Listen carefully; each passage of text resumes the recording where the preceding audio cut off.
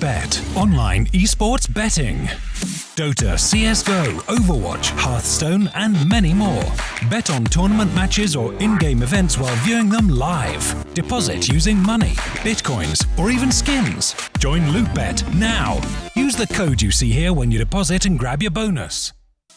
Don't know how to build a team from scratch or find good teammates? DreamTeam.gg, the ultimate team building platform.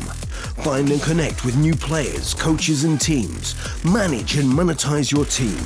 Get on fast track to advance from novice to amateur and, if desired, to professional gamer. Join DreamTeam.gg today.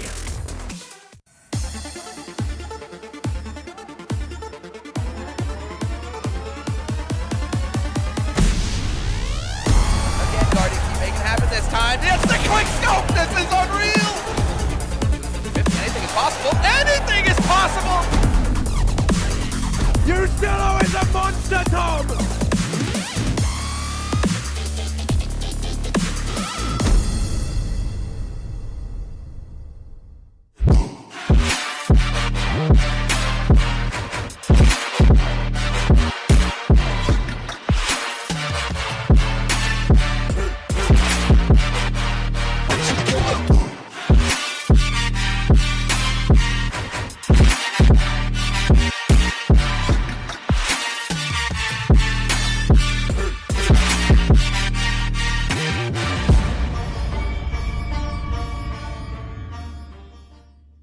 It has been a blast so far. That video just setting the mood perfectly for us to jump into our semi-finals here for the StarSeries I-League Season 4 Finals. $300,000, and of course, all of this would not be possible or exist without our sponsors. Let's get some of those shout-outs for you guys at home. One of them, CS Money, is a partner and platform for exchanging your skins. We have Hellcase, who suggests you can get a regular drop, simply upgrade it in Hellcase. And LootBet, of course, they've been providing all of the odds for us throughout this entire tournament. Dream Team, a platform that enables you to go ahead and try and find new teammates. It can be quite intimidating on your own. NVIDIA for providing all the graphics cards, and of course Twitch, which is where we're broadcasting. Lovely, let's get into this. I am joined by Chad Birchall and Janko Paunovic. Gents, we're in the semis and we're wearing jackets. You know shit is going down. It's weird for me. I still feel very uncomfortable. I just ran out of shirts that I can wear by themselves, so... Well, no, I woke up this morning and I was like, I'd have to iron that shirt. Or I could wear a jacket, and then, you know, your problems are solved. Easy life. Except Alex from Starlight did see me today and went, you're finally properly dressed. Yeah, so that hurt right in the soul. Anyway, guys, let's bring up those standings and let's get your thinking caps on, because we had some curveballs yesterday. Good God, look at the top half of that bracket. I don't know what's more frightful, Alex, the weather outside or the fact that we had a lot of underdogs winning matches. Look at this. I think the fact that Astralis went down to Na'Vi, that's a huge upset. Obviously, the home crowd played into the Na'Vi favor. Lurpus really loves that little... plug, I guess. But obviously the one that went to plan was the FaZe Renegades game. Liquid upsetting SK was a huge upset, and then the G2, they've fallen flat in the playoffs once more against mousesports, looking hot. You kind of called it, Janko. The loss of G2 and, of course, the success of mousesports. Yeah, I think like mousesports is a very strong team at the moment, but for G2, you can't really pinpoint it anymore, right? Is it now the fact that they're all a little bit disheartened because Shox has to go on that and get that surgery for his wrist, but they were like mostly manhandled by Mouse. It was fairly comfortable win for them, and Liquid on the other side of things managed to get a comeback win versus SK on map 2. They were down 15-10, 15-11. They got it all the way to overtime, won in overtime, and then won the third map brutally, convincingly on Inferno with an insane T-side. Yeah, mousesports have been looking on fire, and I mean, let's just quickly cover that which does extinguish fire, and that's of course Liquid. Now, their battle was even more exhilarating just because of the fact we went all 3 maps, and Liquid beating SK. Again, this is becoming somewhat of a trend now. Yeah, and I think, in the fashion they did it is one of the most impressive things on Inferno for me. We know SK struggle with that map, but the fact that they keep letting it into the map pool when they could have dictated and had trainers that third, that's a confusing point. Yeah. But the way that they played their T side, it was an absolute clinic. I was really impressed with some of the strategies I saw coming out. Obviously, there was some individual brilliance, some misplays by the SK guys, some indecision. I think they're a bit tilted after that cobblestone loss. But yeah, I did just catch you looking at demos right here on the desk. You're looking at replays. He was enjoying that game, I can promise you that. Either way, let's get into this one. It's going to be mousesports versus Liquid in a semi-final bout to get themselves on that grand final stage tomorrow. Whew. Okay, so on one hand you have mousesports, a team with not only a star AWPer, but also we're about to kick a player now. He's been clutching everything here in Kiev, and all round a team that have found their feet eventually with a multinational roster. Liquid, on the other hand, Yanko, I'll let you set the scene for the North Americans. Yeah, Liquid, I mean, obviously the roster change with bringing NAF in instead of JDM. Everyone was questioning, okay, like you remove your primary AWPer and bring in a rifler.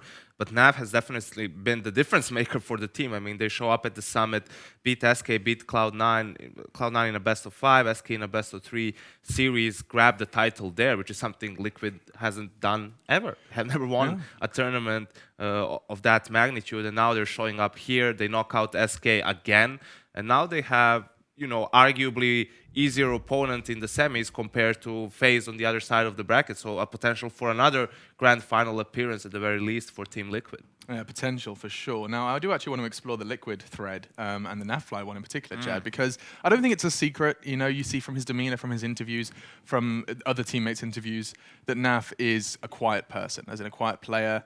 In his interviews, he's very kind of, he shrugs his shoulders and says, I'm just glad we won, or I'm just glad the team are doing well. Yeah, my question to you is, he's fragging, he is. But are there other attributes that players can contribute that do require more talking, or is he okay as a package, as this rather tight-lipped but heavy fragger? I think, as long as he's doing it on the scoreboard, they're probably going to be happy with that, Sure. especially considering the new transition. Now, obviously, I talk about this when new players come in. It's like having a new girlfriend, right? You're always on your best behavior. Sure. The cracks are going to start to show when these guys are having issues, when they're having problems. And I don't know Naf very well. I don't know how he's going to react in the team when things aren't going right. And the same with other members of this Liquid roster. In the past, we've known that Elige, or I've heard things, has been from other players who have played with them, that they could be tilting and things like that. And that could be an issue that arises at some point. But so far, I think we can just look at what's been going on. Naf's been fragging, the team's been winning, and they've been looking hot. And doing all of that without, many AWP frags at all. Every time we bring up that AWP head-to-head, it's like Nitro 3, Nitro 4. They always seem to be impact AWP frags, though, right? Because I remember them. I know where those 4 came from, but I don't really realize and comprehend how few there were. It feels like they just bring it out as a utility, right? They know when they need it. They can use it for territory. Nitro using it, and Banana on the CT side yesterday on Inferno means they can cheat an extra player over to A bomb site. They know when they need to use it. So that's one of the positives, right? They don't rely on a star AWPer for their game plan. Yanko, can you help me? Can you convince me as to why we still have most of the world's best teams have an AWPer that's dedicated to the role? Before I start believing in the Liquid. I think without a doubt, it's the most impactful weapon in the game. You can have an AWP and 4 pistols, and that can be enough for you to win a round if you have a saved AWP, right? Because some of the best AWPers in the world are so capable with the weapon that they can themselves make a difference within the round. There's so much you can do in terms of early aggression, right? Find a pick. You just need to, as simple as it is, you just need to hit one shot and you can get a kill. If you pick a rifle, right, an AK, long range, that's usually why AWP is being utilized so much. Okay, and now when we kind of compare the two, in terms of, we kind of have some teams, we put them in very clear boxes. We have very clear styles attributed to that of SK, to that of old Na'Vi and new Na'Vi. There's always a kind of clear, well, they play kind of like this. We don't seem to have tags attached to either of these teams yet. Is that because they're so, I was going to put quote-unquote new? I think you can say that more so with the Liquid roster than you can Yeah. about the mousesports one. I think they have a star, right, in the sense of their approach to the game is I think their coach, LMBT, I sing his praises all the time. I think he does a lot of work with Chris J to have a different game plan for when they're going up against different opponents. You have to remember, though, that when they go into certain matchups, they need to play aggressively or they need to play their style because they don't know how these teams are going to react. The biggest issue for the mousesports roster is not like their game style or their approach to the game. I think Stico did an interview yesterday, I believe it was, where he's talking about, you have to learn how to like close matches. It's something you have to experience, right? Because that's what they've had problems with throughout this tournament in the past, is getting up in such huge advantages and not being able to close out matches, Alex. And no one likes to be choked. Well, some do, indeed. But I think it's an interesting one, though, because I personally, as someone who likes to think logically, bearing in mind I'm not a professional player, logically, it's just another round. Logically, you just do what you have been doing for the previous 14, 15 that have been successful. And I agree, and it Bob's your should be uncle. as simple as that, right? It should just be you thinking about what's going on in the map, why are you losing rounds, and what's the best way to counter what your opponents are doing. But the thing is, that's where obviously the pressure factor kicks in different situations for different players. Again, going back to the grand final of the major, it was never more obvious as in that situation how a great team, due to the pressure, they become something else. They lose identity, and even though I guess a lot of people watching could see the clear answer of what you need to do on the map, at that point in the server, it's just you're being overwhelmed by the situation. You're the favorite, you're coming back. You just need that one round. Everyone's like, Guardian already lost 2 major finals. Like Nico, the best player in the world, potentially never like won a major title and so forth. And all of that kind of creeps into your head. And it's a tough lesson, but it's a lesson you learn. And I guess that's what Stico references in experience, right? Once you go through something like that, even once, but maybe once or twice, you realize, okay, we know what happens if you let this get to us. We just need to ignore it as much as humanly possible, focus on the game, focus on finding the right solution, and just play some counter. And we can see how playing some counter went for them so far in this tournament. If you haven't been able to catch all of the action, this is their results so far that got them to their semi-final point. They did, of course, have that quarterfinal we've already showed you, but this is it. Breathe it all in. And there are some pretty damn big names up in that list, of course, repeating the G2. But Chad, I mean, they did go 3 maps versus VP, but it's been a gradual increase, that win versus SK. Both teams here have beaten SK in a best of 3. Yeah, I think the win versus SK is like legit, right? In the sense of yeah. we're expecting a lot of that team, and they've obviously haven't lived up to expectation. There was a few things disappointed us with them throughout this tournament, but mousesports just seem to just chug along. You never come into a tournament thinking they're like a favorite to be a shoe-in for a top 4 or anything like that, but they seem to surprise time and time again. And beating Cloud9 is huge. The G2 win. They're all legit wins, right? And seeing some amazing performances. We talk about the Mirage and Inferno, and that's 2 maps which they have also had or been finding success on throughout this tournament. Yeah, and it was, of course, by the skin of their teeth. They actually got into the quarterfinals after getting 2-0 up, having to play all 5 best of 3s to secure that spot. And this is Liquid's situation. And what's your read here, Janko? We can see the likes of VP, Renegades, Mouse. Yeah, obviously they met before Yeah. in the groups, and Liquid came out on top. And the big surprise there was the Mirage win, at least for me, right? mousesports, probably the best team in the world on the map right now, on both sides of the map as well. So that was something which I was surprised to see the result. It wasn't on the mainstream, and as Chad pointed out, both teams beating SK. So I think when you look at this is going to be one of those situations where really you don't necessarily think the map pool is going to change either for these teams. It's just going to come down to, both teams need to try something slightly different in order to throw their opponent off. And that was going to be my next question, because it's clear that these obviously played each other before. They played a full 3 maps. The chances are those maps will crop up again. And you've kind of answered my question already, but to expand upon it, I mean, mixing things up, I feel like there's also a danger of changing too much. Yeah, and this is the advantage that Liquid has, because they're still new. You still can't know for sure what they're going to run. They might change stuff on the fly from one game to another because they haven't had really that much time to practice and then have a lot of structure. So even though they played at the summit and played here, if you look at their demos, it doesn't necessarily mean you're going to see the same thing in your game against them. So that's why for Liquid, that's a small advantage, but I agree with Chad talking about LMBT and Christian and mousesports always seem to have a pretty good game plan coming into a match, and they make these small adjustments which makes it more difficult for their opponents to get a read on them, right? Yeah. The default might seem the same, but small things like the guy who's lurking doesn't come through underpass, he goes B apps and then jumps out cat, or maybe there's no one lurking this time at all, there's just an extra guy coming out ramp. So if you're Liquid and you're reviewing that demo and you see those things, what you can just say is, okay, we cannot know for sure what's going to happen, so you just need to, be cautious that this might happen or A, B, or C might happen, but you cannot know 100%. Yeah. And that's what you want if you're creating a game plan. You want your opponents to have to say that, we cannot know for sure. It could be one of three things happening, and there's no tells. You don't want to have any tells. Yeah, and that's that wonderful word you often use, Chan, which is tendencies, right? That's where we have to people have to understand what we mean by tendencies, which is it could happen, it's a possibility, be aware of it, not look out for this, check this, change your style around this. Yeah, I think that's one thing that some players, or at least people don't understand at home, is when you're looking for these things,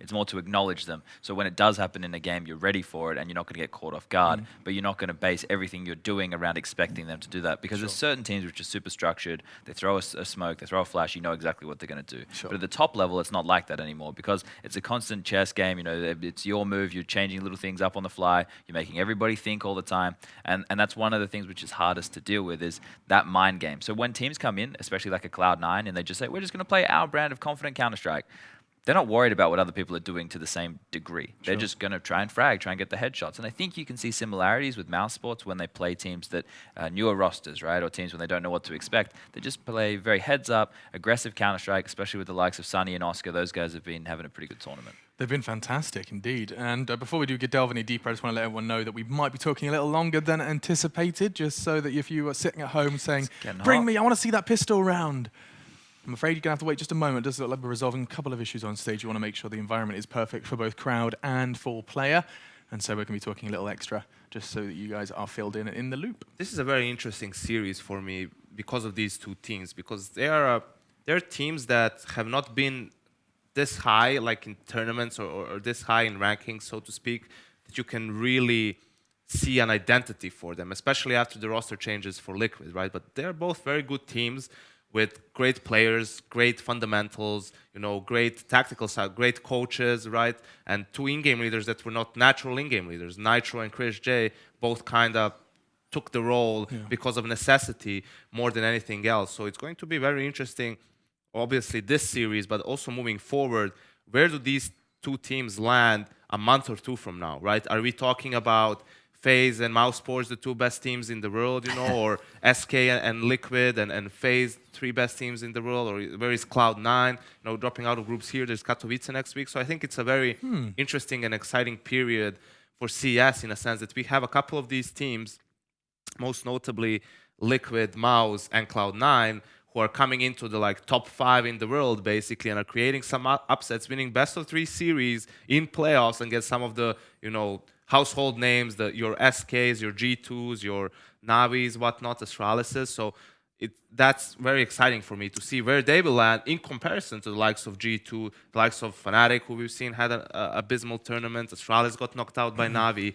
Navi is getting high placings, but not playing extremely well. It's mostly based off of individuals still. There's not a lot of depth compared to, for example, mousesports and Liquid. So I think SK and FaZe are probably a lock when you talk about top teams, but below that, it's going to be a bloodbath, I feel. I mean, it's actually very fun when you think about how the Counter-Strike ecosystem is shifting, and the way, the hierarchy is completely kind of out the window at this point. Like, if you think about the top 10 teams that we would probably lift off the top of our head, say 6 months to 12 months ago, it would have been the likes of even maybe Fnatic. NIP would have been in somewhat in the conversation, as well as your Gambit. They were doing fantastic at the time. Astralis, G2, where have they gone? Na'Vi, maybe. It almost feels like a changing of the guard in a way. VP. So we've got these newer teams that Yanko's mentioning. And when I say newer, I don't mean that they're new by any means. I mean coming into the upper echelons of Counter-Strike, right? And then you have the teams who we know can be at the upper echelons of Counter-Strike, but have dropped off significantly, like the Astralises of the world. The Norths, who have always been on the cusp of being a top 5 team, but have never quite made it. And they've made these roster changes, right? Now we're in a period where the water's a little bit murky, everyone's trying to find their feet. This is one of the things we have with CS, right? We have so many events, just back to back to back, and we got the online leagues, it's always going. We're never going to find a period of time when everyone's at full strength with their rosters, on the same page, and who the best team in the world is. It's going to be someone's got to a point where they're looking great, and then someone might be catching up, someone might be doing something new. There's never going to be like an even playing field, That unfortunately. makes me sad, Chad. Yeah, I'm sorry. Actually, I think like it's a good point. Like, yeah, you have these two tournaments now, Sarlayer and Katowice, but then there's nothing for almost 2 months, like really big, until DreamHack Masters in Marseille. So that will give all these teams. Yes, they're going to be playing Pro League and ECS and whatnot online, but before like a real proper major LAN, that gives you a lot of time. That gives you, almost 2 months. Yes, there's WSG, but no one, not everyone is going there, and so on. So it really gives you a lot of time to iron things out and basically get all the practice in that you need, because after Marseille, there's going to be like more tournaments one after another. The problem I have with that is like once we get to that period after Marseille, like that's going to be great. But it's like that first event or even the second event is where now we get to see what Dennis adds to NIP, right? But in the time we have some online stuff that's going to be not the same. It's the whole honeymoon thing just keeps happening, and it just keeps getting pushed back because a new team will change. Like let's say G2 after this one decide to change a player. We don't really see what happens too much after Katowice, right? That goes a bit quiet. They play a couple of online matches, whatever. Then they come out of that with the honeymoon thing again, and they win a tournament. It's like, well, is that the way it is, or are they just no one knows what to expect from that team? I think that's the best, when we talk about Navi, because I've been fairly critical of Navi because of the way they play, not necessarily of their results. It's because I believe when you ever make a team like that, obviously trying to be the best in the world, right? And you want to do that on a consistent basis. That's the goal of every player, to be the best team in the world, forever in theory. But I see them as a G2, right? They have a lot of individual skill. They have, some things on the T side, CT side, and you can see them riding that individual skill and winning an event, potentially even this event, who knows? But you don't see them doing that like 3 out of 4 tournaments, because it's something that just in its nature, so dependent on like taking duels and winning fights, it's not consistent in itself, and G2 is probably the prime example for that.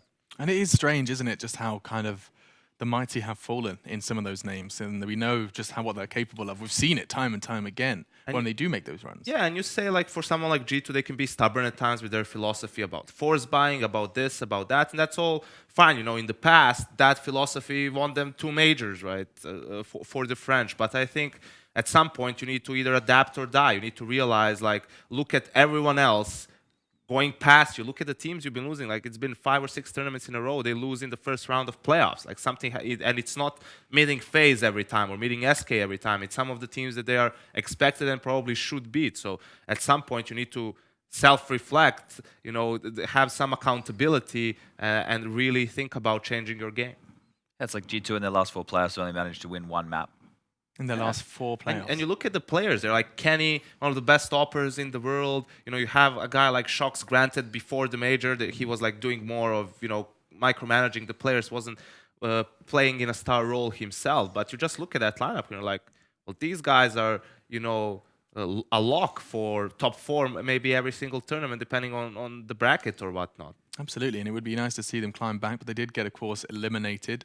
Just a quick fill-in. We are back on track, it seems. Beautiful. Therefore, we're going to be getting those players on stage in just a moment, so they're going to be walking out and meeting the crowd here in the Cyber Arena in Kiev. It is damn cold in Kiev today. It's hot in this room. Bloody hell. I'm not doing more. My poor buttons. body has just gone from how many like... can I undo? How many? I don't know how much is socially acceptable. So I'm down for 1 I more. wanted to wear bathrobes on broadcast, but I got stopped you? voted down. Oh, I'd be up for that. Maybe tomorrow? Yeah. I mean, look, it's actually a really nice bathrobe in the hotel. It's like a towel wrapped I'm not around sure, you. Alex, after, the boss told you, oh, you're finally looking dressed properly today, that you want to go into bathrobes Look, tomorrow. man, when you have to pack for 28 days on camera in 1 suitcase, you're going to have to no make some room sacrifices. there's no room for a coat, is there? When you're going to Absolutely Ukraine and not. Yeah, why don't you own a coat? I do. I've got 50 coats. Why at don't home. you bring one? Because I packed my suitcase to accommodate everything I needed for the days But you on carried on camera. the plane with you. Yeah, but then I didn't want to go through an airport wearing my big bulky, my big furry number. Yeah. Because I didn't want to do that because it's really uncomfortable to carry. Yeah, but through Alex, airports. let me just quickly Google What's the weather that? for you right here. It's going to be minus 12 tomorrow. So Alex, right now it is minus 7 degrees. And I walked in this, and Yes, I, I'm well it's aware. true. I was turning heads. Check my Instagram for it. My point of the matter is, Alex, I don't want you to get sick. We do have a long time true, together, and if yeah. you get sick, then I'll probably get sick. Then Yanko won't get sick because he's Serbian, then I get sick. Yeah, but I think it's good for my skin. Okay, well, it's going to be minus 18. Excuse me? What? -18. Oh, that's like That's at night. That's doing like 3 a.m. Yeah, and it's like we're not out at 3 a.m. Is that what you're trying to tell everybody at I'd home? never go outside. Exactly. We play games in. And of course, there's no analyst announcement made practice. here. So. There's no announcement for this place, but it's also very cold here too. Good God. So yeah, I might have to go ahead and Just get a coat. buy one. I could, but I've got so many coats at home. I just don't need another one can in give my s- life. Well, you Give can some give me. away You for can give me. shelter or I need something. one. Give me a coat. How about we go shopping? I wear it shortly And then give it to me. give it to you. Okay. Yeah. Should we That's do a that great together? idea, actually. 50-50? Yeah. All right, cool. Well, we've That's made a our bargain arrangements. right That's there. pretty good, actually. Teamwork. I want to get the one that Chad's got because it looks like it's this big and keeps you warm, but then you could probably screw it up into Oh, the like a green little puffy ball. one? Yeah, but you can. It looks Yeah. like you could pack it. And it acts as a pillow on planes. And in green rooms. I've never seen someone so good at staying comfortable. It's when people joke about me being like homeless, I could actually sleep and live anywhere. You are amazing. It's Yeah. fantastic. I mean, you can sleep on the bed in the hotel as well. That's made of stone. That's and pretty good. It's incredible. I don't mind that bed. You don't mind it? No, it's okay. Yeah, it took me about 7 days to get used to it, but I'm good Okay. now. Well, 2 more. Two more indeed. No updates yet as to whether or not the teams will be walking. We're having tonight. more fun now. Yeah. We're loose. We're feeling loose. Another thing that's good about this game is the fact of the venue. It's like not a massive event. It's not a stadium. It's not an arena event. You know, there's a crowd of about, I don't know, 300 to 500 people. I'm not sure. So for these players that are not really used to as much playing in the big stage, and especially not in a situation where both teams probably consider themselves the favorite to an extent, right? They don't see the opposing team as some titan of Counter-Strike they're the underdogs. So it gives them a bit of a more relaxed atmosphere to playing, which means you're probably going to see a good game, right? You're not going to see anyone's nerves get rattled by the atmosphere or anything like that. When was the most nervous you've ever been in your life, Chad? Playing? Oh, I thought it just meant in general. Oh, well, I meant in general. Then I was like, actually, that's a really bad question. Let's change it to playing. Playing. I don't. First Katowice? Was that Nah, the first? probably not. I think it's probably back in like local events. Yeah, when you first give it a Yeah, go. you're first starting off That and makes you're like sense. playing and you're like first, like even if it's just a local grand final or something like that. Like playing, I was reflecting about the Katowice stuff as I always do, and I was just thinking like that time there, it's a blur. But I don't even think when you start playing and you're new to that environment and stuff. It's just so awesome. It goes so quick. Like the 16 rounds that.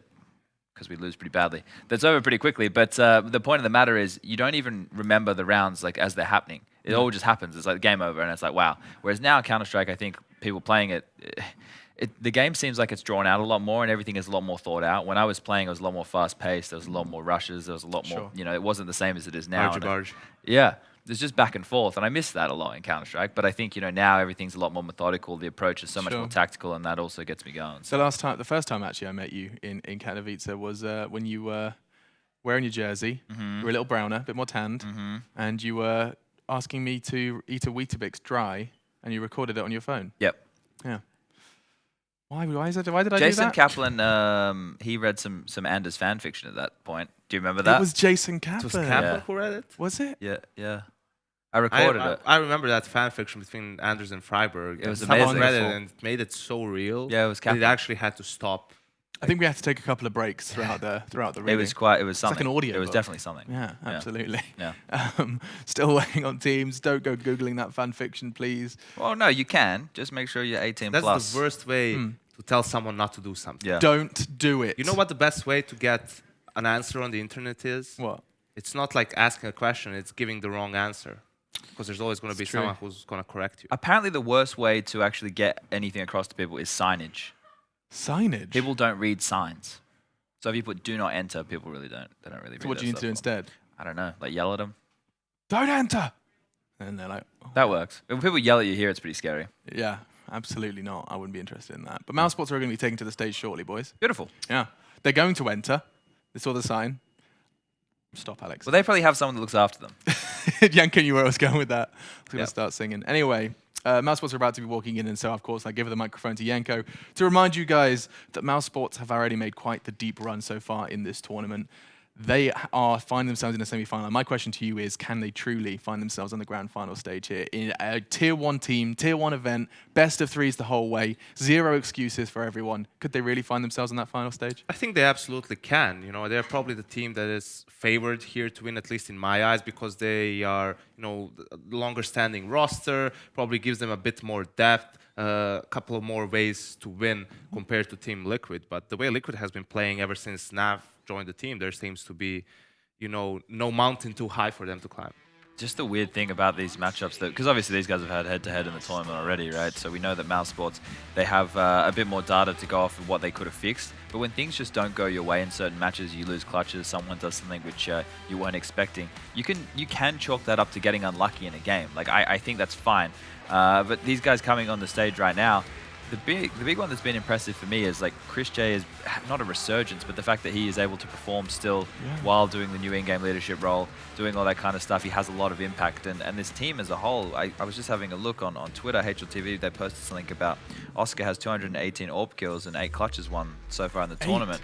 So, you know, he's a very pivotal player in winning rounds and impact rounds for mousesports. And coming up on the other side of the stage is Team Liquid. Yanko, we can see another stat. Actually, I'm stealing from you there, Chad, but Nafly has been sporting 56 opening kills. Yeah, that's the thing. Naf has been topping the scoreboard, and it's been impactful kills as well, whether it's opening kills, whether it's like mid-round, just defending against an execute, or even clutching rounds.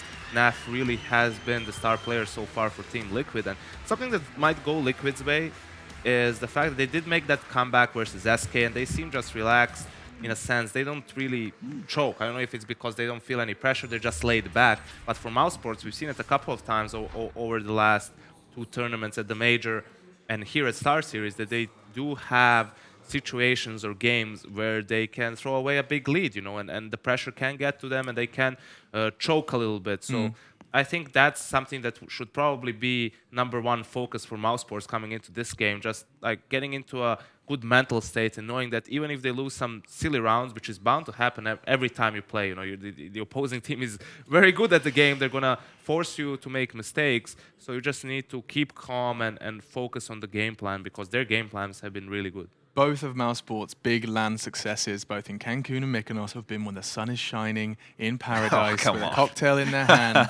And now they find themselves in ice-cold -7 Kiev, and they're already in the semi-finals. Time to break that trend. Well, they're all European. They should be, well, they all should be used to the cold weather, right? If anyone would have an excuse, it would probably be Renegades, and they're already knocked out. So I think they also have the advantage of having a guy whose last name is Cool. So that's true. He is pretty cool. He is.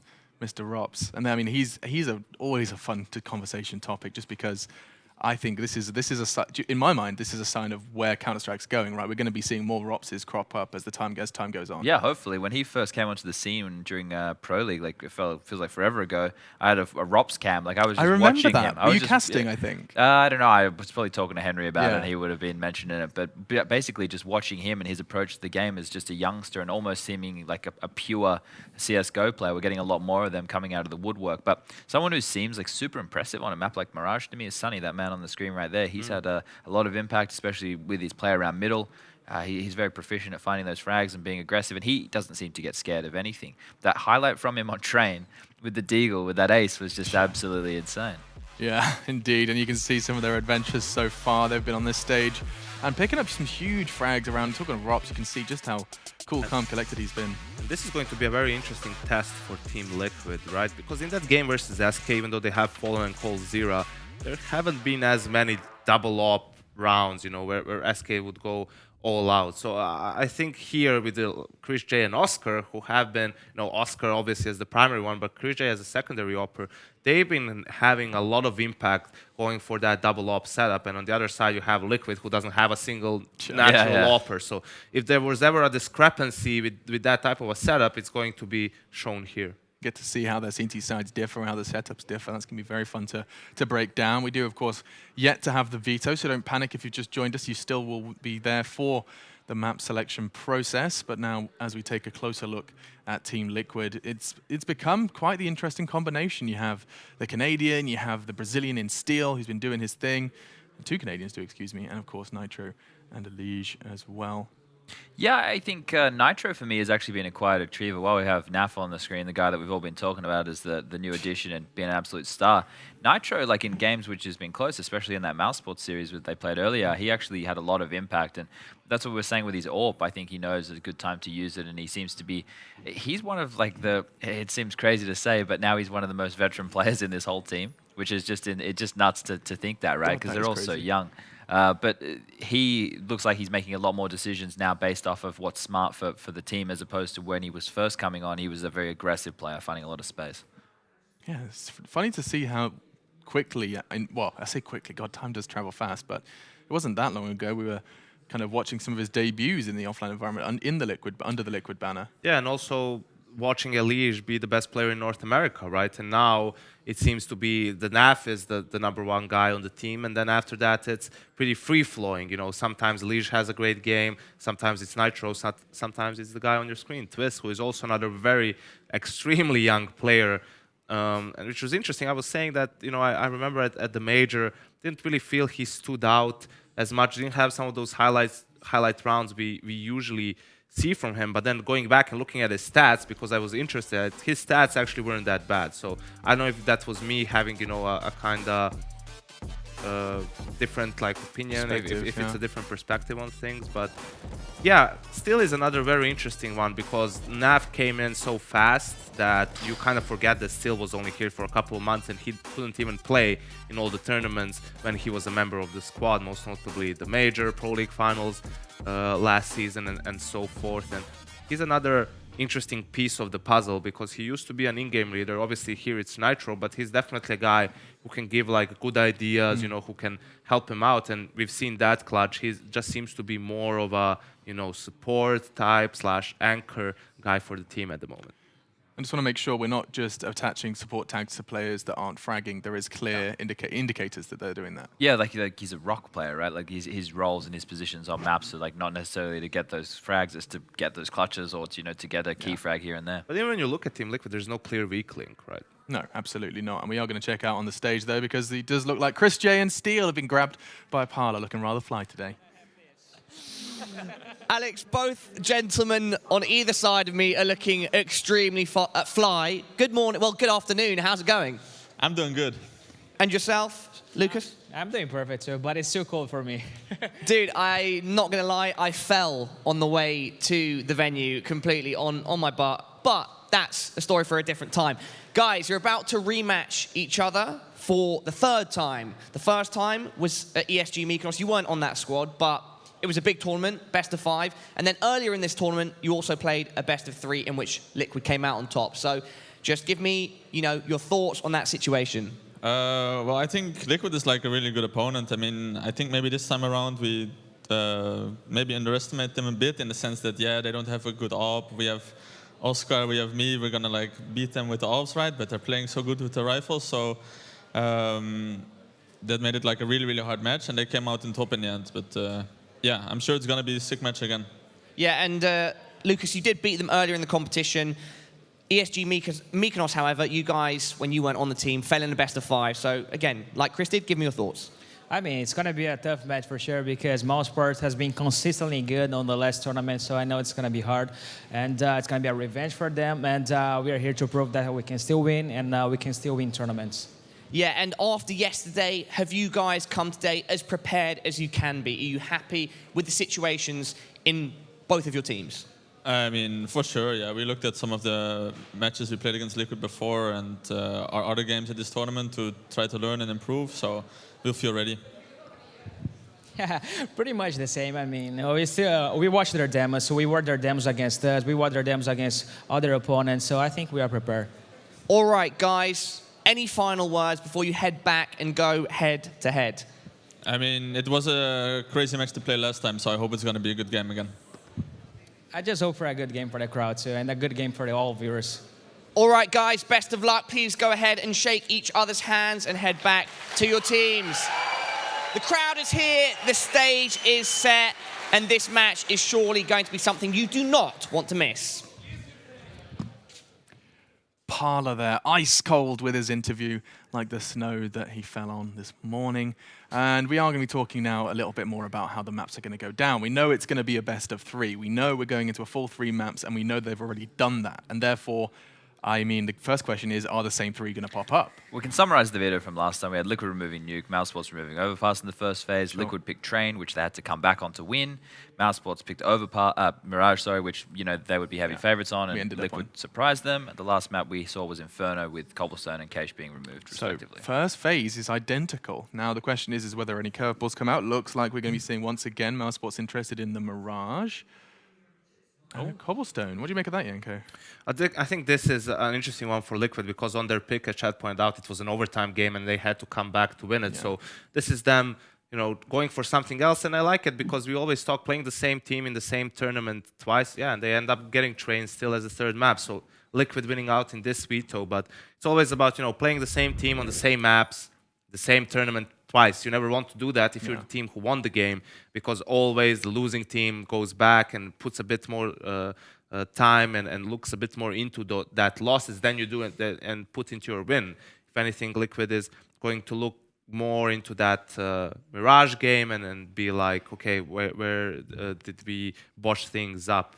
I have to say, it's quite inspired and quite clever to make your very best map as a team the map that everyone seems to want to play, Mirage. Everyone seems to be comfortable on Mirage, so if you're the very best at it, you seem to be getting it an awful lot. mousesports seem to be gifted it every time they want it. Yeah, and if you can keep winning it, that's the positive thing, right? But the only loss we can see on screen was actually up against Liquid. You got to keep that in mind, and the more you play it, the more you have to keep evolving, right? Because people are just going to find those tendencies, they're going to find those strategies, and they're going to try and exploit it. Yeah. It's great if the players have a really good synergy and chemistry and understanding CT sides, because that is, you can play off of each other a little bit more. It doesn't necessarily need to be as dry around or as strat heavy as the T side, but eventually you're going to have to keep, evolving that wheelhouse that you have so that you can get to a point where you stay the best. Because what happens is when you're the best, you get a bit lazy. I think with the point you've made, if it's one of the most played maps, which it has been at this tournament alongside Inferno, you can't get lazy because everyone is going to want to play it.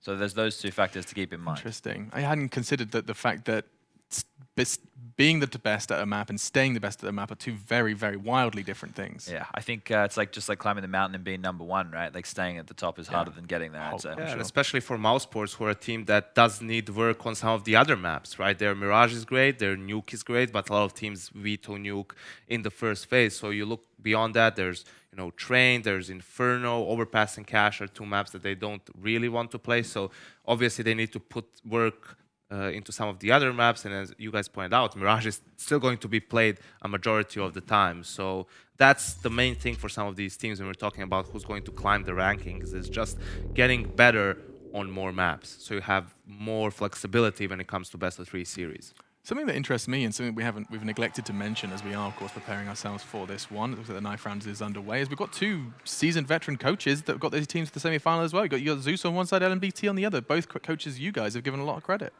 Yeah, and I think there's a lot to be said for what these guys are able to do for these teams, and I guess they probably bring different things in a way. For me, Zeus probably seems more like the glue of the team. He's maybe more. I think he does a lot, but I think he's also more of an emotional type leader. Whereas LMBT, I think he still definitely is that kind of guy, but he may be a little bit more cerebral in his approach. Easy to forget with how many events we have and how fast things change. That Zeus is a 2-time major champion with Luminosity/SK Gaming, so maybe one of the main reasons why Liquid don't seem to, crumble or even bend under pressure.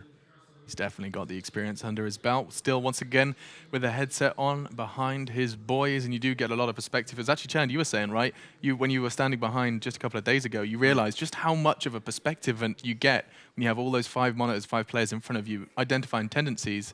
Became a walk in the park. Yeah, I think the more that you can just sit there and actually watch the players, like just one player at a time, you can see the bits and pieces they do time and time again. And with the communication as that factor, obviously both these teams speak English, right? Yeah. That's a huge thing because you can tell what's playing into their decision making, which isn't something we normally get, right? Because we're just watching and we're just getting what the observers are showing us. And I'm going to show you the game and your casters. We're going to be jumping into this one. Thank you so much for staying with us. It's time to start the semi-finals. The crowd is ready here in the Cyber Arena, and so are you at home. Let's see how mousesports Liquid shapes up as they duke it out on Nuke once more. Nuke, Mirage. Yes, almost, Alex. It was so close. Nearly made it. I know. He almost nailed that. It was great. Yeah. I was getting nervous for a minute there. But it's fine. I wish it was Nuke, but... Don't we all? Don't we all?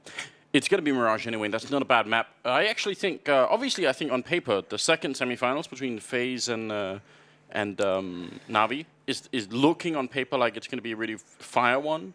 But I just don't know about Na'Vi these days, so I'm a little bit worried about that one. I think this game could be really great. It certainly has like the star power in that second one, doesn't it? But this is like the kind of these two upstart teams that have been playing so good over the past 6 months or so. I think the conversation around Liquid is. I've thought about it a little bit because it's kind of a weird situation where they, you know, the conversation around them removing JDM and making Nitro their, like, quote-unquote primary opper. Yes. I think that was so unfair to Nitro to pin that on him, because the more I thought about it, when that happened, you think, this is craziness. You need an opper on the team, right? But then Zeus gives that interview where he says, we just have wanted to move away from that, you know, hard primary opper kind of situation. And if they phrase it like that from the start, I think it makes much more sense. And the conversation around that roster change is a little bit different. So this is, I think this Liquid team has looked very good. Yes, they have. And I hope you guys are ready. Invite all your friends. This is the first semi-finals of the SLTV Star Series I-League Season 4. Team Liquid and mousesports. With Liquid starting on the CT side, mousesports on the T side, and only the one smoke and the flashbang. So that suggests that it's going to be sort of a one and done. Throw the smoke, throw the flashbang, and get up close with the Glock. We've seen it before. Meanwhile, on the CT side, Team Liquid uses their utility to clear out A ramp, 2 flashbangs, and now Nafly is alone at the B bomb site. This is going to be a retake. He's got to get something done. You feel like he needs to get 1 kill for his team to make this retake possible somewhere, and they find absolutely nothing. This is going to be so difficult. Stiko and Sunny set up in a crossfire. There's Naf trying to get out, trying to gain a staging area for the retake. It's not going to happen. Sunny has such good position, and there's no flashbangs left for Team Liquid. And that smoke just helps him. He's going to stand inside there with his knife out. What an absolute champion. Stiko is going to take a kill. Chris coming in with 1. Oscar with 1 as well. Everybody getting a chance. So far, Robs, and he's going to get the last one. They all chime in. And the fact that Robs was a top mid with the P250 means he can, 1, take long-range fights against the USP, and 2, just be incredibly annoying. Even if he gets nothing done, just the fact that he's sort of there, they have to worry about it in the middle of the retake. You know, once 15 seconds have gone by in the middle of the retake, they have to think, oh, wait a minute, there was someone top mid, he could be right behind us. This is going to be annoying. So what a beautiful round from mousesports. That worked perfectly. Was slightly assisted by the fact that, as you said, Liquid were engaged on the other side of the map. So just a bad coincidence for Liquid, you could say as well. Yeah, it's kind of a trademark of the Liquid CT Pistons. They love being aggressive somewhere because they like to take some of the random element out of it by finding information. Here's a push through the underpass. 2 players watching it. 2 players down for Liquid. Great kills from Sunny. He's had a good start. And that kind of makes things much, much easier for mousesports moving forward into this round. Only 3 players remaining on Liquid. Nitro is USP, no armor, no purchases whatsoever, so he's going to go for that AWP in the 4th round. This has been a great map for mousesports recently. They have looked very deadly on it. If I remember correctly, did someone say it was they were probably the best team in the world on Mirage at the moment? Or at least playing like it? Yeah, I think they're getting to that level, and I mean, I'm excited about actually both these teams because they both play the fundamentals of the game really well, right? Yes. I think you can always expand, and you know, maybe if you want to consistently, if you want to win like a major tournament, you're going to have to add some crazy style to your play later on. Like you're going to have some more elaborate strategies. But yeah. I don't think you need it to just like. I think it's better to be consistently good at all the basics and then add in the rest later. Yeah, you at least need like the crazy individual, right? And we know mousesports has that. They've got Oscar. Oh, and when he's having good games with the AWP, he does get a little bit insane. He's almost he's one of those very dynamic guys. I think Liquid still has yet to find that character on their team, that kind of random insanity element. Yeah, I mean, they have sort of glimpses of it sometimes, right? We've seen Elige take over games. We've seen Nitro have it high, but it's true it doesn't have quite the same flavor as the likes of someone like Oscar. Trying to push mid with a little bit of utility behind it, but ultimately they don't get that much done. So far they only have the 1 kill. Not that really bothers me that much. I mean, it's a little bit annoying, but I think they're going to be all right. This is still pretty early on. The 4th round is going to be the true test of what the defense is going to look like here for Liquid. Okay. Just tapping away through the smoke. It looked perfect. Grab that AK-47, Naf, and just run away. Save it. There's Sunny with the P250, more than willing to... Oh, God. Bless it all. How has he done that? Yeah. Sold his soul to the devil for that shot. Yeah, I mean, it was well worth it, I guess. That did look beautiful. So, Naf is going to be on the run, and they are hunting for him. I mean, they have 3 Galils, so why not steal the AK back, even if it cost all the Galils. He doesn't have any armor, and he's a little bit worried. Oh no, this is not going to end well. No, it's not. Sunny's going to get another kill, going to get that AK-47. It was Rops, actually, who finished him off. So that's the first 3 rounds in the books. Very quick, very clean. No surprises. And Nitro has that AWP, 4 M4s beside it. They only have 1 kit, though. That's on NAF, so a little bit scary. Those kills, the 2 kills helping him out to purchase that weapon. Oscar's got an op of his own. So obstacle number 1 is on the board. That AWP on Nitro. If he can shut down the first AWP buy from Oscar really early on, then that would be great news. They're setting up for a classic smoke execute, and I'm worried about this defense, Moses.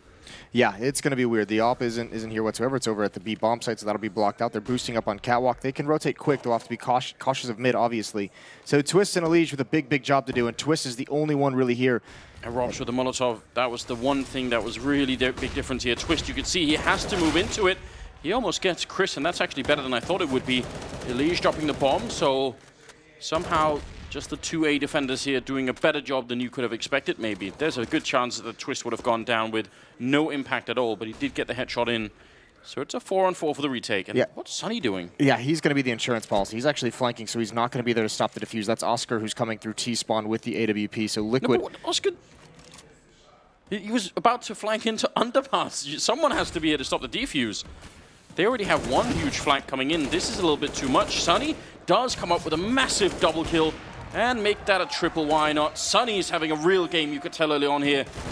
Young Finnish talent, and he is absolutely turned up here for the semifinals. That's the big flank. I was a moment of pure panic in my mind, Moses, where I thought they were going to have a double flank, like one through CT spawn, one through underpass, while two people are defending against four. That would have been too much.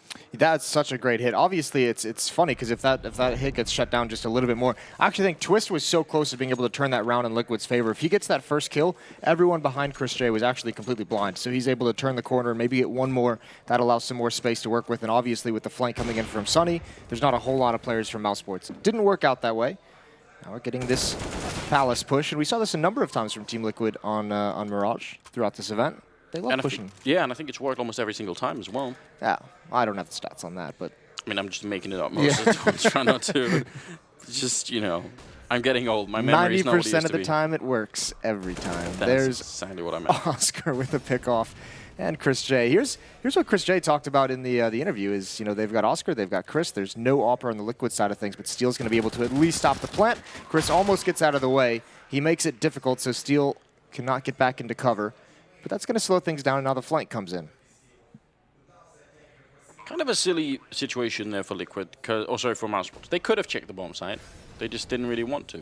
Yeah. You really have to clear out all of that B-bomb site, I feel like. Or you need someone who's right on top of you covering when you're putting the bomb down. Yeah. It's going to work out either way. It will, but I'm just saying. In the future. Yeah. But no, that is what Chris J mentioned in the interview. Is kind of their mindset the last time they played Liquid and lost to them actually in the Swiss system was we have such a big advantage in terms of operas. They don't even have a primary op on this team. We've got Chris J, we've got Oscar. You know, just by virtue of our AWPs alone, we should be able to win this series, and it didn't pan out that way. And Elige, I think he gets spooked by some footsteps as he's half blind. That will be, I mean, the desk highlighted this problem as well, right? That will be interesting to see how that works out. Such a lot of AWPing power. There have been times in Counter-Strike where it seemed to be unstoppable, and there have been times where it seemed like people found a way to sort of get around it. Yeah. Obviously, we know what happens when you run out of money, and if you've built your team on the double, or maybe that's going to be a problem. I mean, it's one thing that's always been the conversation about, well, especially with this roster change, that's kind of what's centered it, is can you actually get away with not having that all player? Can Nitro actually transition a bit more into stronger opping style? And we'll have to see. There's Naf peeking off on Catwalk. That's a big opening kill, and that shuts down Sunny, who's been on a tear in the early stages of this game, so it's a good frag to find and a follow-up as well. Who does that? Twist will go down anyway, so it's a good entry into the bomb site. Now long range here as Nitro will get only the one kill. Drops with a good return. That is such a ridiculous peek from Naf. Getting the kill, then falling back through the smoke to pick it as soon as the grenade is out. I would be very mad if it was me. 5-0, and now Naf pushing in a little bit further. That might have been too much. Steel now going to be alone. 1 versus 2, and the bomb is already down, and Oscar won't even give him a chance. Now Liquid's coming into this very slow, and you have to desire more out of that defense of the A-bomb. So you have Twist and Elige there. Those are two of your heavy hitters, and they're not able to get a whole lot of frags. I think they've combined for 2 total in the past 2 hits onto that A-bomb site. So simply put, you do just need more out of them, and we're going to get a pause out of Team Liquid. This next buy out of them has to get them on the board and get them started, but mousesports certainly looking to be the dominant force on Mirage that we've all kind of seen from them. So, in just a short resume of that last round, Naf gets 2 in the middle, But then the rest of mousesports say, okay, if we're losing middle, let's just push A, and then they win that fight, and that's enough. They get the 2 kills, like just it was kind of like a, I don't even know if I would call it a contact play, because I think it was just a reaction to the fact they lost their mid presence. They just come through a smoke on A ramp, and Twist and Liege, whether they're not ready for it or whether they miss some shots, don't get the kills. So timeout is ending. The Brazilian spanking from Zeus, hopefully lighting a fire for Team Liquid. I'm obviously, as people will know by now, a big fan of Brazilian barbecue, but I've never had a Brazilian spanking, Moses. So I'm sure we could get that straightened out for you. Yeah, I feel like there's a way to do it. All right. Well, you know, perhaps gotta try everything at least once. Perhaps combine the 2. Sounds good. Will be a quick trade in the middle, as Steel will be taking down Sunny with a CSAT 75, and they do have a Max 7 on Nitro. He's snuck up close to the smoke, hoping that someone's going to walk through. But so far, mousesports have slowed it down a bit. Just don't want to run into any kind of craziness in this round. Yeah, perhaps caught off guard by that aggression in mid. Going to figure out where they want to rotate out to. It is complete control for them in the middle push of the map. Stico and Oscar are going to work their way up, and Chris J in connector is a nice position to have. He can help his teammates protect them without the use of a smoke. Steel could be pretty dangerous. There's the flashbang in towards ladder room, clear that out. Steel hears all this. He knows they're close by. Naf's in the bomb site. Let's see where mousesports wants to end up going. Nitro and Twist aren't really going to find anyone over here, which is kind of a shame. Steel can get this kill. That's something. There's one. A second one. The bomb is down as well. More bullets than he would have had. Oscar, that's such a great defense. Almost turning this round. And might still have done just that. 35 seconds. The flank is in. Nitro's right behind. If Naf gets any damage on Robs or even the kill here, that is going to probably be it. Oscar using a Molotov there, trying to force someone out. That's an easy kill for Naf. And now with 20 seconds in a 1 versus 3. That's CSAT 75. Nitro, what are you doing? That's just a sign of how this game has started for them, hasn't it? It even sounded like it fired blanks, didn't it? Yeah. Like I want to see that from his point of view. What happened? I don't know. I feel like it should have been an easy kill. Great round from Steel, obviously. Holding your nerve and holding the angle, even getting that dink. Wanted to go for the knife. Knifing people has, it's been a weird conversation around that lately, hasn't it? Listen, I'm hugely in favor of it. Oh, I am too as well. Yeah, I mean, you know, in the right situations. No, in every situation. I think it's good. I think you should do it. I feel like we have some tape from that Navi SK game that would tell people that you were not in favor of it at that point. Listen, that's just a, you know, I've changed my mind since Moses. I think it was worth it. Yeah, perhaps. Chris J is down to 16 HP. Imagine that's got to be an op shot. Twist has fallen all the way back towards CT spawn. It's going to be a 5-on-5 retake. This is very ballsy from Team Liquid after their first win to allow so much space to mousesports to get this plant down. And they're actually just now moving into position. So Oscar with the AWP is going to be holding CT spawn. This is going to be a tough battle to win. Curious that Sunny, I think that Sunny should be rotating into middle by now. Regardless, an exchange of Molotovs, and Oscar's going to be out in the open for a couple of seconds. No one there to really punish him, and Lee's going to jump down. Shot right in the feet, and he goes down. Stika with a big double kill, and they just get shut down in this retake completely. I mean, they couldn't have known that Chris was at 16 health when he put the bomb down, but I'm still curious about the fact that he was allowed to get in and get the bomb down so easily. Like, there was no one shooting through the smoke, nothing, like no Molotovs to stop the plant. There's nothing going on there for Liquid into, like, one thing was that they weren't on the bomb side. That I can sort of accept that, but they can't just put the bomb down that easily, you know? Yeah, this has been a horrendous start, and that A defense is looking awful for Team Liquid. Twist has 0 kills, Elige has 2, and those are the 2 primary defenders that have been there. So, I mean, if you're mousesports, you almost feel like you can just go towards that A bomb site, lean on it, and see if Liquid can ever stop you, especially if they're going to be giving up the site like that. It was a double op setup as well, so curious to me that they didn't fight more for it, considering those ops not easy to retake with. Here's Nafly with that AWP. I think that shocks Chris J that weapon is out on the table. Good kill from Sunny, a follow-up from Naf. He's got to do more. He has 2. He knows Sunny is at the van. Going to go for the peek, but Oscar's got the angle. And Sunny keeps up his great performance. He's been one of the guys on this team that we look towards and say, not only is mousesports playing well now, but they are primed with guys like Sunny and guys like Rops to be playing well for a long, long time. Yeah, and those 2 players have not even reached anywhere near the peak of their careers, you have to assume. Like, they're still very young. They still I mean, they have a lot of experience for how new to the game they really are, but, you know, given a couple of years more... Yeah, they're just going to get so much better. It's going to get scary, isn't it? That was... Actually, we talked about this sort of the X factor, the craziness for a team like Liquid. Like, how can they match someone like Oscar? Maybe it is Naf. I mean, we've seen that a couple of times now in the tournament where he's the one that actually tries to sort of bring Liquid out of the slums. But it's been a little bit weird. He's got 10 kills, so he's doing a pretty good job. But now they're bankrupt again, Moses. Yeah, they invested everything into that round. That was a risky purchase, but they didn't want to give it away. They had some money built up from some weapons that were saved. Obviously, the full losing bonus was built up. Now it's all gone. This is a disastrous start for Team Liquid in this semifinal. Yeah, it really is. And it just feels weird because it feels like they haven't even really fought yet, doesn't it? Like between the different the different strategies they've had, not really trying to hold on to the bomb sites, the retake strategy on the B bomb site and the pistol round. It seems like there hasn't even been a whole lot of there's not really any desire for Team Liquid to, you know, to get scrappy. Very flat beginning for Liquid. This time they do try and push top mid, and well, that's freaky. Nitro will get the kill, but he can't really pick up the gun. There's Chris again with that dreaded MP7, Moses. We're gonna have to have a conversation about that with him. Yeah, do you like it? You like it, don't you? Or were you you don't like it? I don't like anything but the AKs and the M4 Moses. A purist. Yeah, I still think of the FAMAS and the Galil as relatively new introductions to the game that should have, you know, that I don't trust. I'm a big fan of the Krieg. I like it. Yeah? The dualies, obviously, I'm a big fan of as well. Just absolute heretic on them. Dualies are great. Are they? Yeah, they really are. You should use them next time you play, I promise you. You'll be delighted. I got stuck in Counter-Strike such a long time ago that I still, when I don't think about it, I just buy AWP Deagle as a combo. I feel like that just goes together, you know, you just have to. Name a more iconic duo than the Op Deeg. Well, Elysian Twist are going to be tested once again, and they have failed every test they've had up to this point, so we'll see if that can change. Sticko's waiting at A ramp.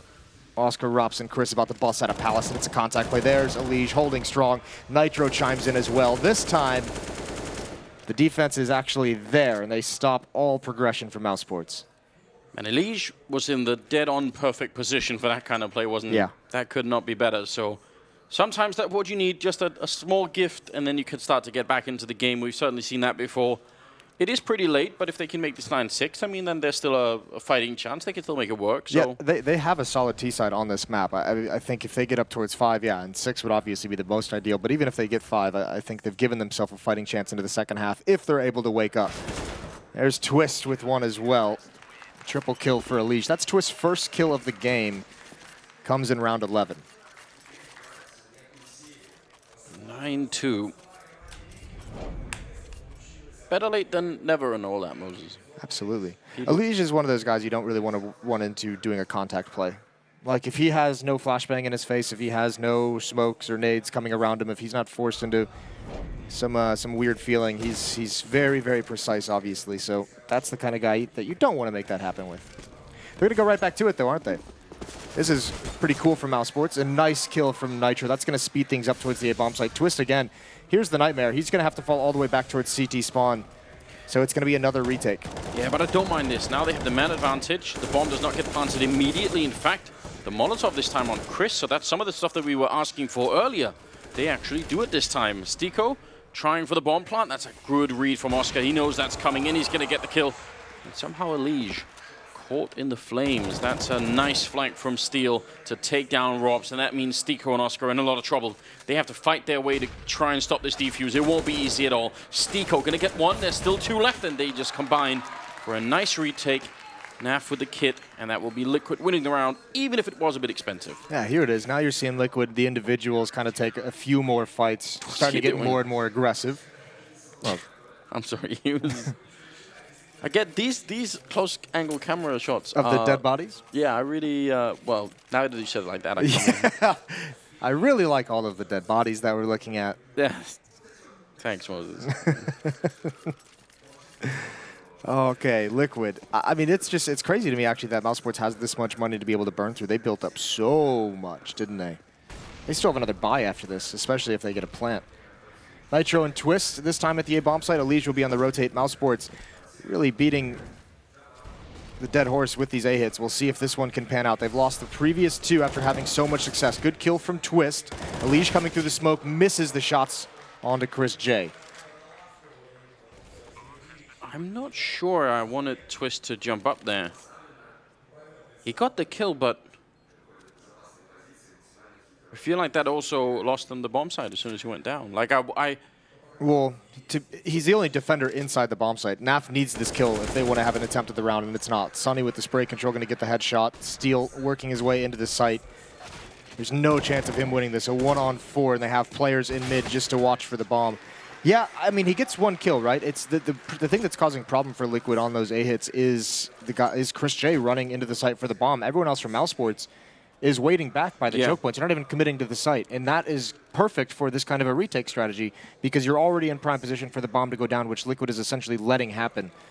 So, if Twist kills Chris J with the bomb as he's the only one running into the site, that makes things much easier. Unfortunately, peering over the smoke, he couldn't see him. He got one kill towards the boxes, and then Chris J is able to trade it out.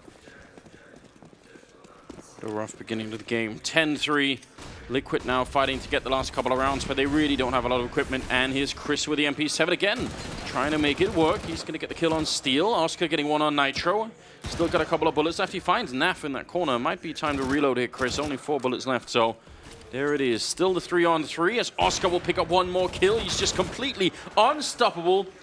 And there's that ludicrous MP7 again going to work. It does just trigger me, Moses. I can't lie. It is kind of dirty what he's able to do with the mobility. If I play any of you guys out there in matchmaking, you buy the MP7, I'm just going to quit the game. I'm just going to leave. That's how you beat Anders. Yeah, this is really tough. And with so much success on the entries into the bomb sites, I mean, Oscar's been able to just sit back and kind of hold ankles with that ADP. We haven't even had to see him get into that kind of dynamic combat opping that we know he likes to do. Especially that round. You saw Naf, actually. He makes a super aggressive play because he knows if his team is going to win that round, he needs to take out Oscar with the op, and it doesn't happen. 5 CZs on the board for Team Liquid. Trying to flash their way into middle, it seems, eventually. Yeah, not a bad idea. They've got to time it well, and mousesports has slowed this down in a massive way. It's like one of the, you can't, I mean, if once you peek in here, they're either going to be close or they're going to be far away. And if they're far away, then you lose. And if they're close, then you've got a chance. And it's kind of hard to know which one it is. Pushing up aggressively, Steel over at the B hallways, I think that's a good idea. I mean, you might as well try. Maybe you could get a flank in. Of course, Chris is over here. And mousesports, I think, are playing this round smartly. Yeah, they really are. I mean, they know they have the advantage in the economy. They know they have, you know, that it's Liquid who's kind of got to make the play if they want to come back into this round, if they want to win this round in the end. So just waiting for set play to be made and then punishing it with their far more advanced weaponry. I made that sound like they have like alien guns. Yeah, I had a whole universe of ideas brewing in my mind, Moses, when you said that. It was good. I like that. Good little kill coming in there for Nitro. And now they are walking into a 3-way crossfire, but as you said, they don't quite have the weapons to really do this. Although Steel and Twist, long range even with the CSAT 75, and somehow they turn it around. Liquid with almost a bit of a shocking round here at the end. 17 seconds means there's absolutely no way Sunny can do this. They simply doesn't have the time for it. Yeah. And there's the refrag coming in. So I really feel like a lot of what happened in this first half was down to, on all of the rounds where Liquid had guns but limited grenades, those A rushers were just, or like those A executes were just so effective. I think it just took Liquid too long to... maybe not. I mean, the A defense was just so weak at the start. Remember, like, Twist didn't get his first kill to the 11th round, which doesn't help anything. They played retake a bunch of times, which is just giving over free bomb sites to mousesports.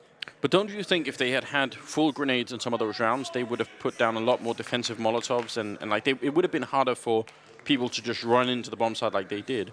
And then as soon as you know there was a chance that there was sort of more weaponry, they played it much slower and sort of tried to look for stuff. So I really felt like every time Liquid were a little bit down and a little bit on their knees, then that's where mousesports just went for it. quite a good combination, I think, of like aggressive style and then slow at the right times. Yeah, that was a very good T-side, all things considered. It's not all about kind of the decisions that Liquid made. Here's that pistol round that Liquid ran against SK.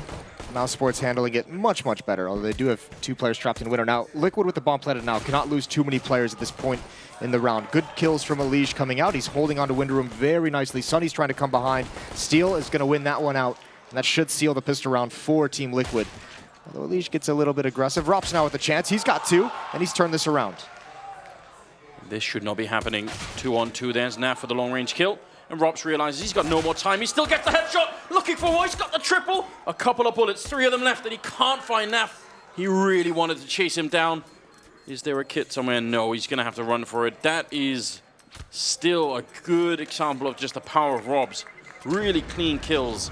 Naf staying alive. Liquid winning the pistol round, which is obviously a must-win round for them in this case. And you saw Rops at the end run over a teammate's kit that had fallen. If he had picked that up on the way in, that could have been a real possibility of actually winning that pistol run out of nowhere. I thought it was a fun kind of small Twitter discussion, I guess it would be, or a cool tweet.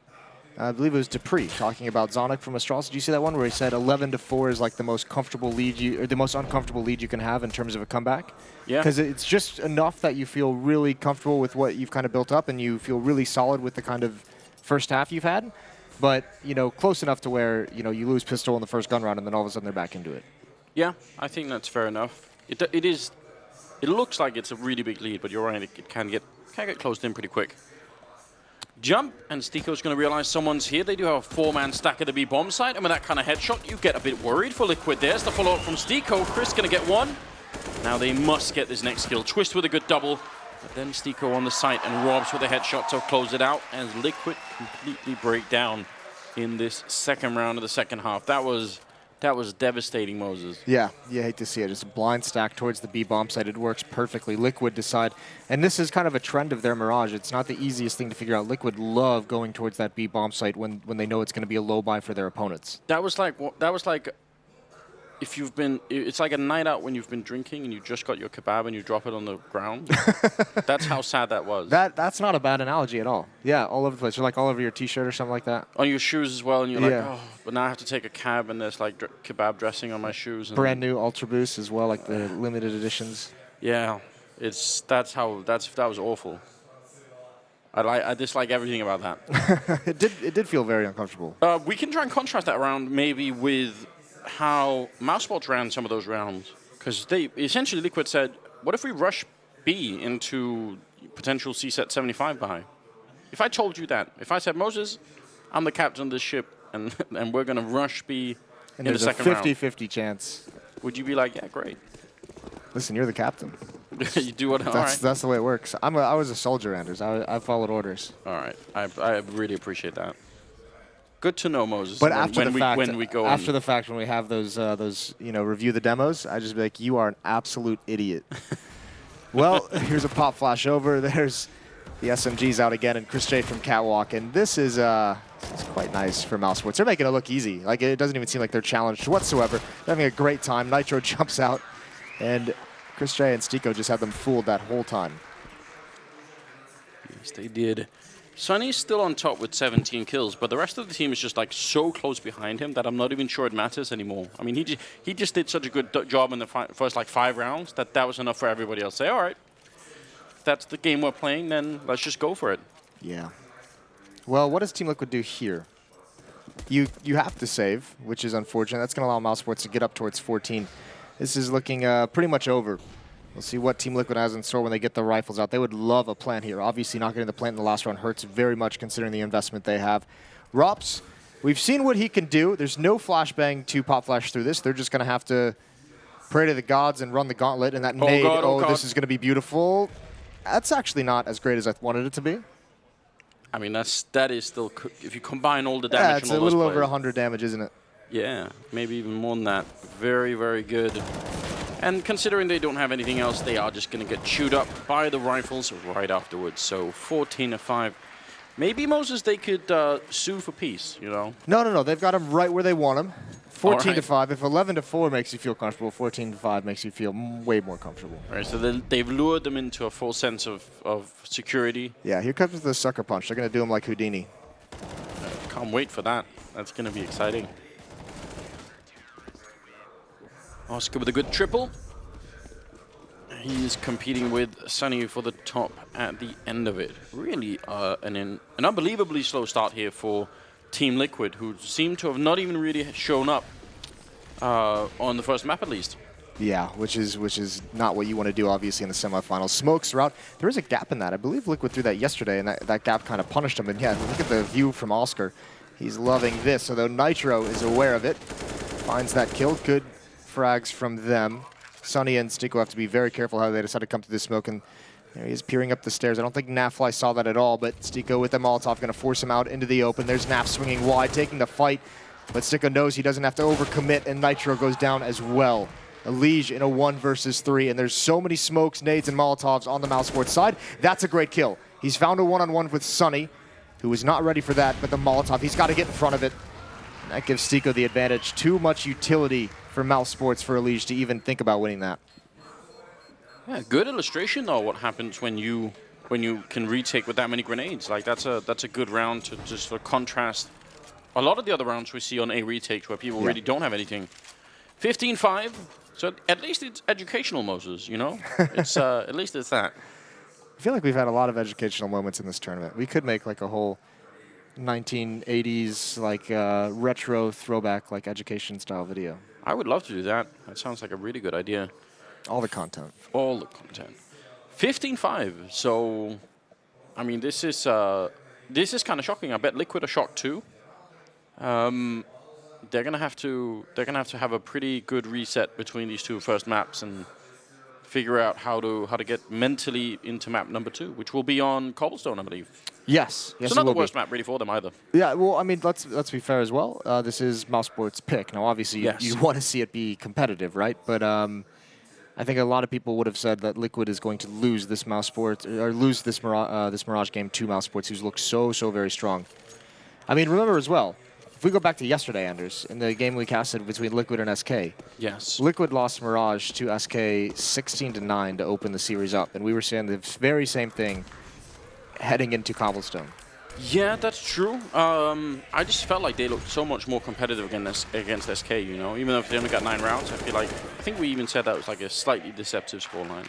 I was encouraged by Liquid's game yesterday, certainly. Okay. Not encouraged by this one whatsoever?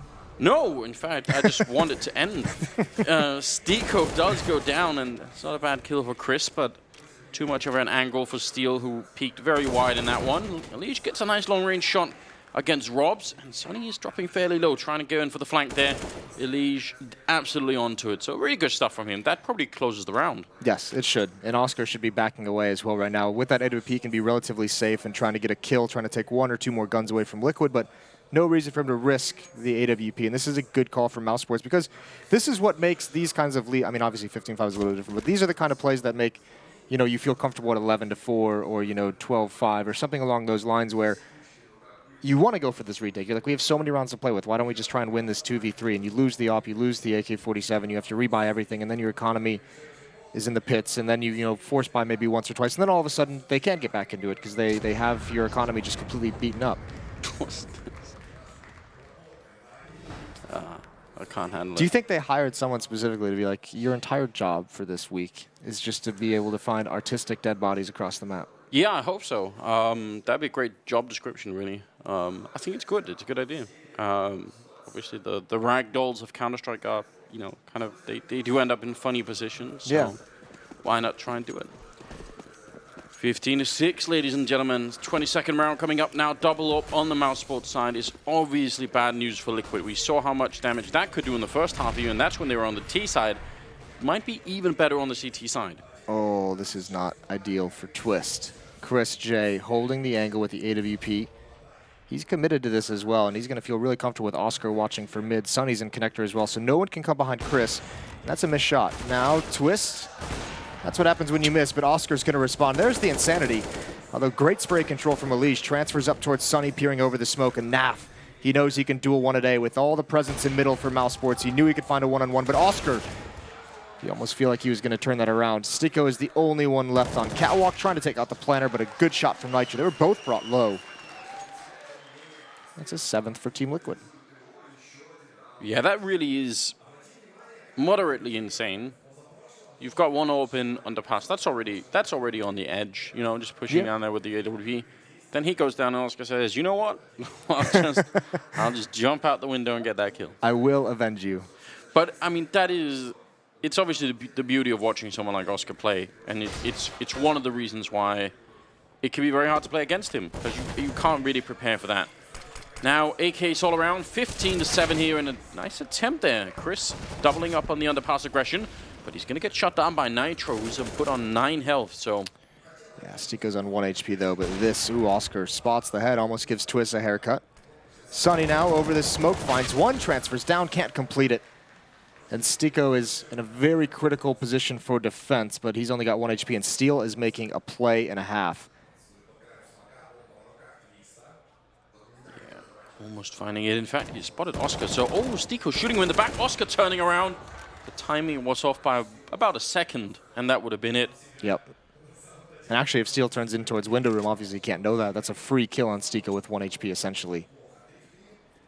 So, Liquid have a decision to make. Well, look at where Robs is. Yep, this could turn things, this could make it dicey. Although he's only got a UMP, which is unfortunate, but Nitro's got no health. It's got to be a good fight for Robs. He's not even going to try and get away. Oh, what is that? As he retreats, Twist goes down, and that could just be the end. Feels like the end, Moses.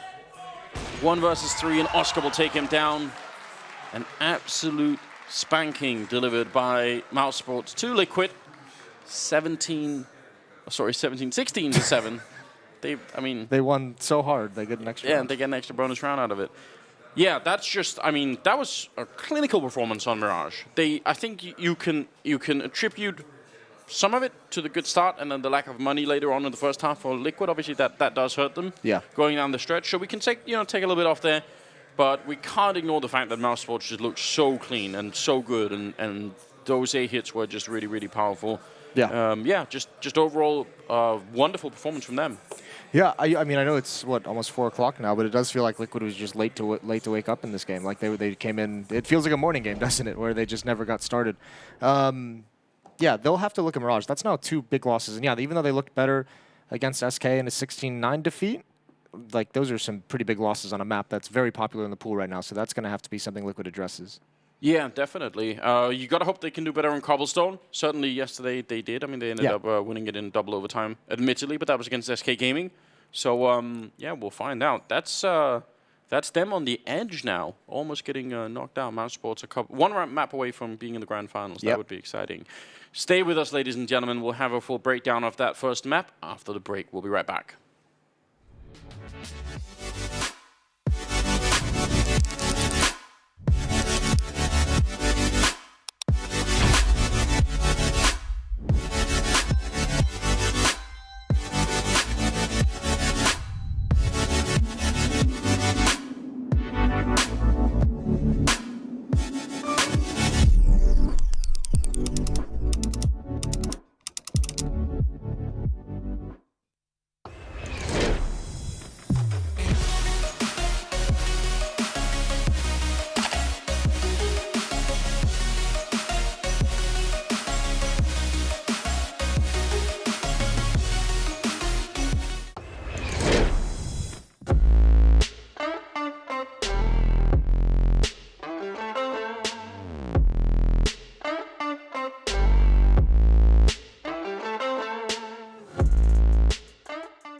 LootBet, online esports betting. Dota, CSGO, Overwatch, Hearthstone, and many more. Bet on tournament matches or in-game events while viewing them live. Deposit using money, bitcoins, or even skins. Join LootBet now. Use the code you see here when you deposit and grab your bonus. Don't know how to build a team from scratch or find good teammates? DreamTeam.gg, the ultimate team building platform. Find and connect with new players, coaches and teams. Manage and monetize your team. Get on fast track to advance from novice to amateur and, if desired, to professional gamer. Join DreamTeam.gg today.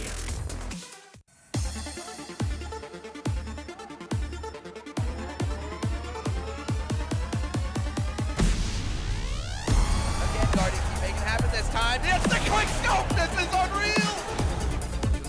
Anything is possible. Anything is possible. You're still always a monster, Tom.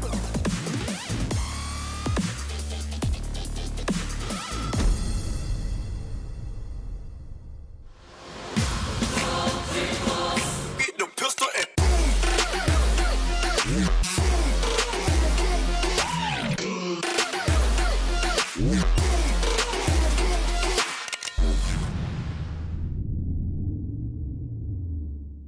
Well, that was over quickly. A little bit of a slap around there. mousesports take them down on Mirage. It's their map pick, but Liquid unable to put up the same fight they put up the first time these two teams matched on the map. We have Chad Birchall and Jenko Paunovic, my experts, here to try and add some context, because where were Liquid? Jason's trying to suggest they've just woken up, or at least in the Counter-Strike definitions. It feels like it, doesn't it? Yeah. I think just the attack from Mouse on that A bomb site time and time again, it just felt like they were dry running. They're just executing onto the site, versing retakes. There was a round that you were asking, it's like, Chad, when do you ever see 5v5 post plan?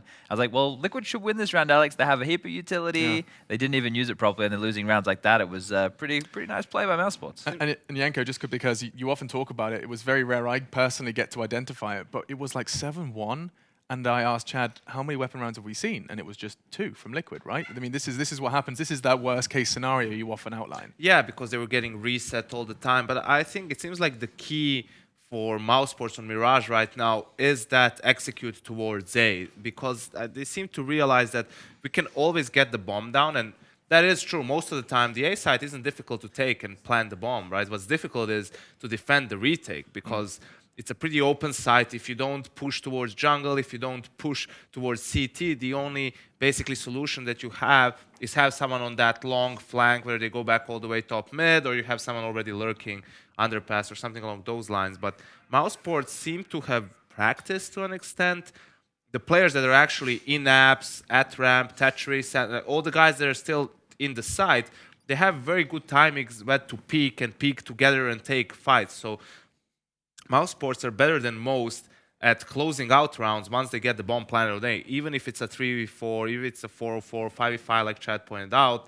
And something that's really important, I feel, is we talked about it in the pregame, is the flank, right? You could see how, for example, Sunny would flank, first time they do it, and then next time they execute it, no one's on the flank, but Naf is waiting for that flank, retake is late, and they run out of time to get on the defuse. It was hard to watch at times. Yeah, Liquid unable to really hit the ground running in any way, shape, or form. You can see your fraggers there. The majority of Liquid are in the map's worst players category. Just Styko or Sticko unable to really do too much damage. It is Sticko. Excuse me. Yeah. I always read it as Styko just because I'm British and silly. Oh. That's okay. You're allowed to be silly if you're British. Yeah. They usually go hand in hand. But yeah, the trio of Oscar, Rops, and Sunny all having a fantastic game. You know, that's what you need to happen for mousesports, for them to be consistently, putting up numbers, putting up wins. A fun little thing here is Sticko with the opening frags, right? The entry kills. Now, obviously, you have to put that in a little bit more context than just entry kills, but that's where he was contributing. So opening up rounds is very important. And there was rounds where he was the entry fragger onto bomb sites during those A executes where he may have gone down, but he was traded. Yep. And that's very efficient. That's what you need to do. And look at Oscar's KD, Jesus Christ. They're close to 3, 2.5 for him, 23-9 coming in from Oscar. And there was one round where I even sat there thinking that he was going to be bringing that round back. When you did see that double AWP, you saw that aggressive double AWP with Chris J and underpass Oscar. Yeah. It kind of felt like that was going his way, man. Yeah, he seems to be able to pull those rounds off more and more, especially on maps like Mirage, where he can get in the thick of it. I just think something to note was some of the only rounds that Liquid were winning on that first half, I believe 2 of them were on like either pistol upgrades or like just a mixed buy with like mag 7s and stuff, which shows that those kind of rounds come down to more random players pushing through smokes or someone stepping up, like we saw Steel get those 2 big CZ kills at Cat and then not be able to finish off Oscar. But those rounds there are based on the individuals stepping up and doing something that you wouldn't normally expect. Right. Yeah, and one of them was Mouse forcing the issue, trying to change the pace, where they just pop flash and wanted to explode out of A apartments, but I think it was Elige or Nitro who was ready there and just got like mowed them down basically, and the round was pretty much over before it even began. So that just tells you that they didn't, even if they tried to adjust, like the 5-5 situation is a sort of an adjustment. You don't want anyone to die when the execute happens. You just let them take the site and then you retake with all the utilities saved. But that's where mousesports has it figured out, right? When they see someone playing retake, they know how to fight it and how to defend it, basically. And that's what makes them probably the best team in the world now on the map. Especially because, you know, we often talked about it on desks that Mirage is one of those few maps where it's a very viable strategy to let the T's plant and play for the retake on that A site. Not if you're playing against mousesports, then evidently that they seem to have solved that formula and kind of broken that meta. Yeah, well, you can obviously, if you know that the team is going to play retake and you go into the execute, right, you can hold off a little bit of utility, so then the Ts you can not re-execute, but have a little bit left to fight them off as they're coming in. Same as the CTs, if they want to play retake, they're going to save their utility. And we did see Liquid do that. It just wasn't... The thing is, when you do that, you need to have cohesion on who's going to be Molotoving where and what positions. And on you need to have the theory of that down before you just go into the scenario. And you saw that, I think it was Sandwiches, where Stico had 2 real big kills from on one of the rounds that you were talking about in the green room. And it just basically tore everything apart. So they didn't really, you know, cross their T's, dot their I's on that retake. Yeah, not quite enough from Liquid, and we are going to be talking more and more about them as we venture into our second map. We are going to be taking a quick break before that, though, so go grab yourself a cup of tea and settle back with us as we're going into the second map of this best of 3 to see if Liquid can bounce back on their map pick. Stay with us.